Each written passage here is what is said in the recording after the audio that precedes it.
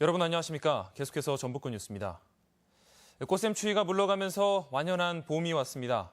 언 땅이 녹으면서 지금부터 나무 심기 좋은 때라고 하는데요. 시중보다 20-30% 저렴하다는 나무 시장에 이경희 기자가 다녀왔습니다. 보름 전 개장한 나무 시장이 봄을 맞아 더욱 북적입니다. 유실수와 조경수 등 80여 종의 나무 중 감나무와 매실나무가 인기였지만 요즘은 체리나 아로니아 등 다양한 품종이 사랑받습니다. 꽃샘 추위가 물러간 지금부터 3월 말까지가 나무 심기 좋을 때입니다.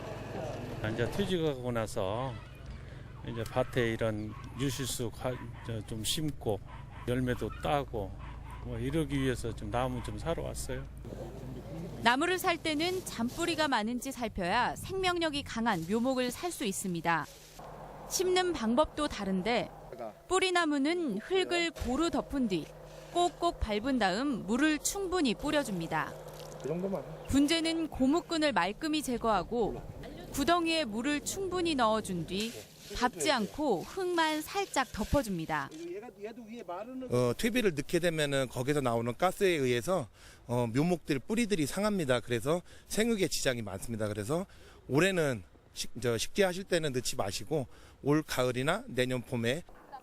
한편 주말과 휴일 내내 완연한 봄 날씨를 보인 전라북도 지방은 다음 주 내내 포근하겠습니다.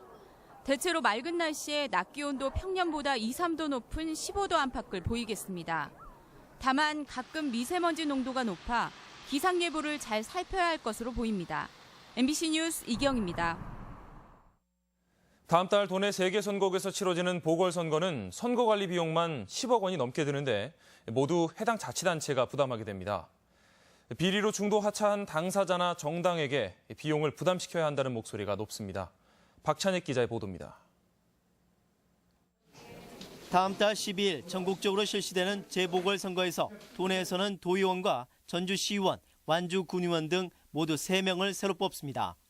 도의원 한 자리는 뇌물수수 혐의로 구속 기소된 뒤 자진 사퇴에 공석이 됐고 나머지 시군 의원은 정치자금법과 선거법 위반으로 각각 법원 최종 선고를 받아 의원직을 잃었습니다.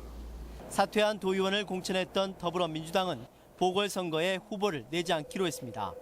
우리 당 후보로 내세운 그런 분들이 그런 사회적인 물의를 일으켰다는 것은 재보궐선거 사유를 발생시킨 것에 대한 책임을 지겠다는 그런 측면이 강한 것이죠. 반면 완주군 의원 보궐선거는 다시 후보자를 공천하겠다고 밝혀 모순된 태도를 보이고 있습니다.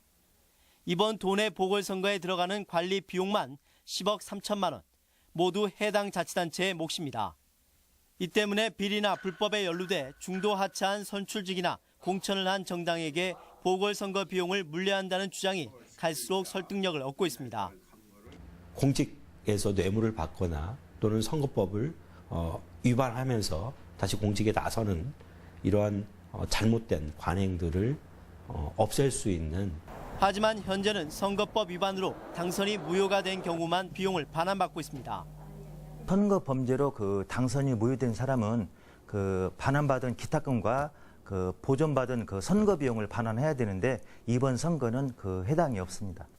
지난 총선에서 원인 제공자에게 재보궐선거 비용을 물리는 법안이 공론화되기도 했지만 아직 법안 발의도 안 돼 공연불이 되고 있습니다. MBC 뉴스 박찬익입니다. 박근혜 대통령 탄핵으로 조기 대선이 확정됨에 따라 정당들도 경선 준비를 서두르고 있습니다. 민주당은 2차 선거인단 모집을 시작한 데 이어 오는 27일 호남권을 시작으로 4차례 걸쳐 권역별 순회 경선을 치른 뒤 다음 달 3일 대선 후보를 결정할 예정입니다. 국민의당은 현장 투표 80%와 여론조사 20%로 경선 룰에는 합의하고 지역별 경선 일정에 들어갈 예정이며 바른정당은 오는 19일부터 호남권 등 지역별로 토론회를 진행한 뒤 대선 후보를 결정하기로 했습니다. 박근혜 전 대통령의 탄핵 결정과 관련해 전라북도 교육청이 차기 정권의 해결 과제로 3대 핵심 현안을 제시했습니다. 김승환 교육감은 박근혜 정권 내내 논란을 야기했던 국정교과서 도입과 누리과정 그리고 전교조 법외노조 문제에 대한 정부의 전향적인 자세 변화를 주문했습니다. 김 교육감은 국론 분열 현상은 그동안 교육 현장에서도 마찬가지였다며 3대 교육과제의 해결을 통해 교육 혁신이 필요하다고 강조했습니다. 지속적인 감소세를 보여왔던 대형 소매점의 판매가 올 들어 소폭 반등한 것으로 나타났습니다. 통계청에 따르면 지난 1월 도내 대형 소매점의 판매액 지수는 95.6으로 전년 대비 5.4% 증가해 지난해 지속적인 감소세에서 모처럼 반등했다고 밝혔습니다.